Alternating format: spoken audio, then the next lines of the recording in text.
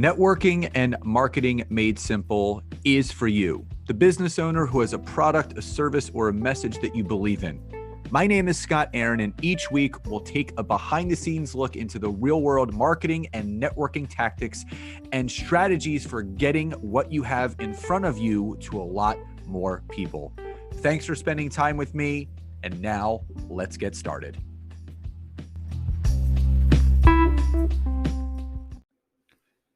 Hey everybody, and welcome back to another episode of Networking and Marketing Made Simple. Super excited for today's episode. But before we dive into that, just a reminder, tonight, we begin night number 1 of our 3-day free simple content creation workshop, where Nancy and I are going to be teaching you our workflow that if you can block out 60 minutes a week, or in a day, so to speak, you can literally create your content for months ahead of time. So this is going to help you work smarter and not harder, understanding your content buckets, the content that's really going to attract those people to your business, the streamlined process that we have to repurpose that content, and your pillar content that's really going to build the relationships on social media and then gets people offline to communicate with you. So it's not too late to register. It starts tonight, 8 p.m. Eastern Daylight Time to 9:30 p.m. Eastern Daylight Time. Tomorrow, same thing, 8 to 9:30 Eastern Daylight Time. Wednesday, 8 to 9 Eastern Daylight Time. So we're going to be teaching and training Monday and Tuesday, and then we're going to be doing 60 minutes of live Q&A on Wednesday, answering any and all questions that you have. So if you would still like to register, don't wait. There's a link in the description of this episode. There's a workbook that you're going to download and use. There's a private Zoom link that you're going to have. So it's not too late. We would love to see you there and join the over now 400 people that are going to be joining us. Now, in today's episode, we're going to talk about something that I've touched on before. And this is why you should be doing one LinkedIn poll per week to really start engaging with your audience better. Now, I'll share this with you. I did a poll over the weekend that's getting really nice traction already, and it's only been 2 days. And the poll was simply, do you care about the vanity metrics on LinkedIn? Meaning, do you care about the likes, the comments, the shares, the views, all that stuff?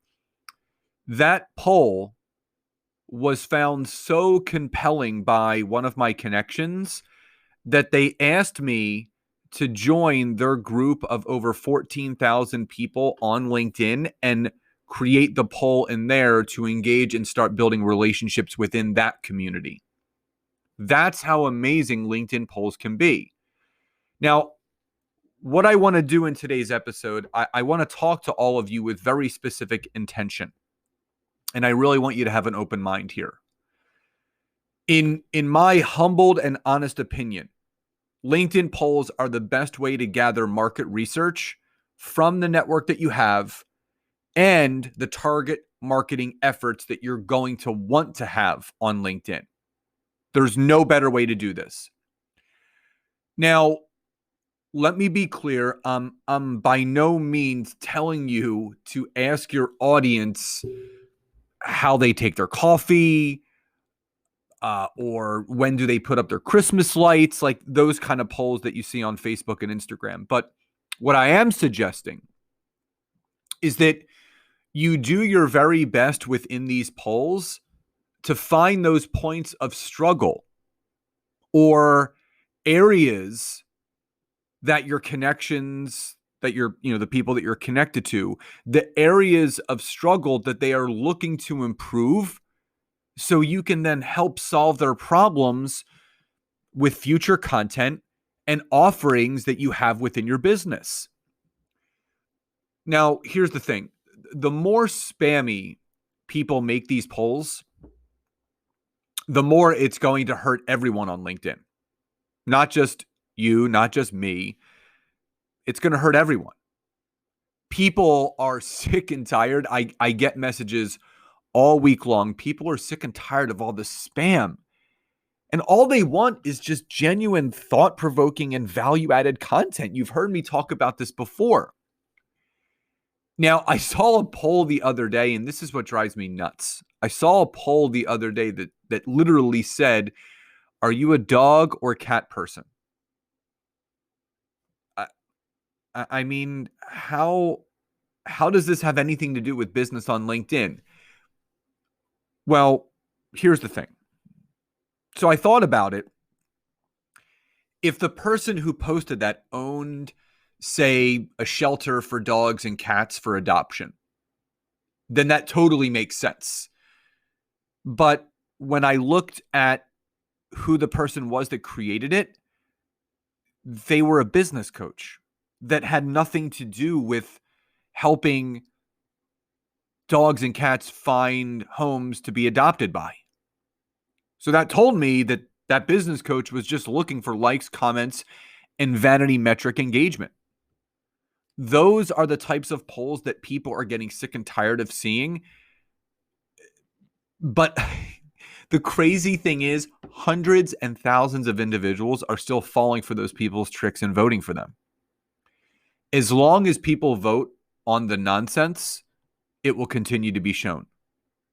So I want you to stay away from the nonsense, really continue to engage in the stuff that's great, because when polls are done the right and proper way, they are an undeniable force of nature for your business, and I'm going to explain why. So number one, when polls are done the right way, it gives you that amazing market research that every business owner needs. You really start to understand and know what your target market is actually struggling with. And you have to ask them. This is the one main reason why I love polls so much, because they give you immediate feedback from those whom you can help right away. If you produce a poll asking your network, what is your biggest business struggle currently right now? And you have your different options, as every poll does, and the majority of those people vote for lead generation, you've just uncovered a need that you can fill with an offer if it fills that. So I know if I ask my audience that if they're struggling with lead gen, which is something I teach and train on, now I can move those people further down the line to nurture and build that relationship with, which brings me to number two. So when you do that kind of poll and you're getting that market research, it allows you to connect with those people who vote. So in the example I just gave, if you were to look at your poll a few days later, and you got to do this, I mean, you can look at your poll on the desktop or the mobile app, but in this specific example, I want you to look at your poll on the mobile app. It will actually show you who has voted for what specific answer. So you click on the amount of votes, it's going to show you all the different vote options and who voted for what. And all you have to do is click on the number of votes, and it will show you each person who voted for what specific response in that poll. If they are a first connection, which is someone that you're connected to, you will then see a little blue arrow icon to the right of their name. So if you move to the right of their name, you'll see this little arrow, which means you can send them a direct message to connect further about how you can help them with what they're struggling with, which what they voted for. And here's what you can say. It could be something as simple as, "Hi, so-and-so, thank you so much for supporting my poll from the other day. I noticed that you voted for X, Y, and Z option, and I just wanted to let you know that if I could be of any assistance or help, if needed, please don't hesitate to reach out. Thanks again for the support and have a great day." That's it. This allows you to now not only build the relationship with this person, but it also allows you to nurture them into a potential lead or a client. People make themselves visible with something that they want help with. So again, in the example of that poll, you ask a specific question, you start getting answers, which leads you to then reaching out to those individuals if that's a gap, a hole, or a void in their business that you can fill, which brings me to number three. This all qualifies people for your product, service, or program. That's all it does. When you have active participation week after week with your polls, you're organically qualifying those individuals for your product, good, service, or program that you offer. It's plain and simple. It's there. If you are consistently producing polls that are finding out the pain, the struggle, the voids that people have in their businesses, you can then fill those voids with what you offer. Each and every time you do this, you are constantly qualifying people to take that next step in investing in how you can help them. That's all this is. It's leaving people better. It's moving people through that sales process of generating curiosity, having them take action, reaching out to nurture, and at some point they are going to be qualified to buy and work with you. So my big question to all of you today as you listen to this is, are you going to be more mindful when doing your polls on LinkedIn moving forward?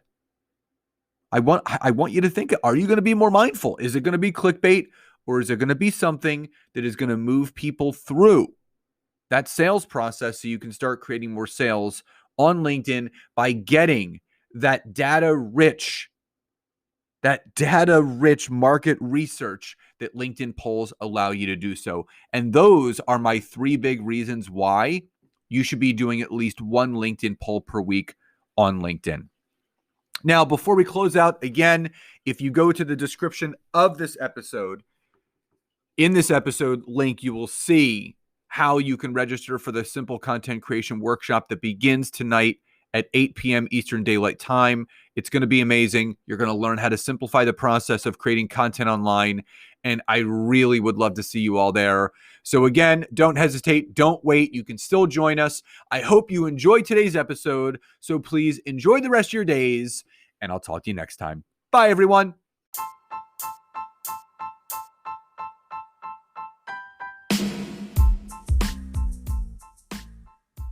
Thank you so much again for checking out today's episode. And if you are listening through iTunes, Spotify, wherever you are, please leave me a rating and review. Let me know what you loved, what you would like to see improved, or ideas you have for future episodes. And if you are interested in taking your business to the next level, don't hesitate to go to my website, www.scottaaron.net, where you can schedule a free discovery call with me, where I can learn more about you, your business, what you're struggling with, and how we can work together. And don't forget to check out my wife, Nancy, and mine, our free community on Facebook called LinkedIn Leads for Life. We would love to see you in there. Have a great rest of your day.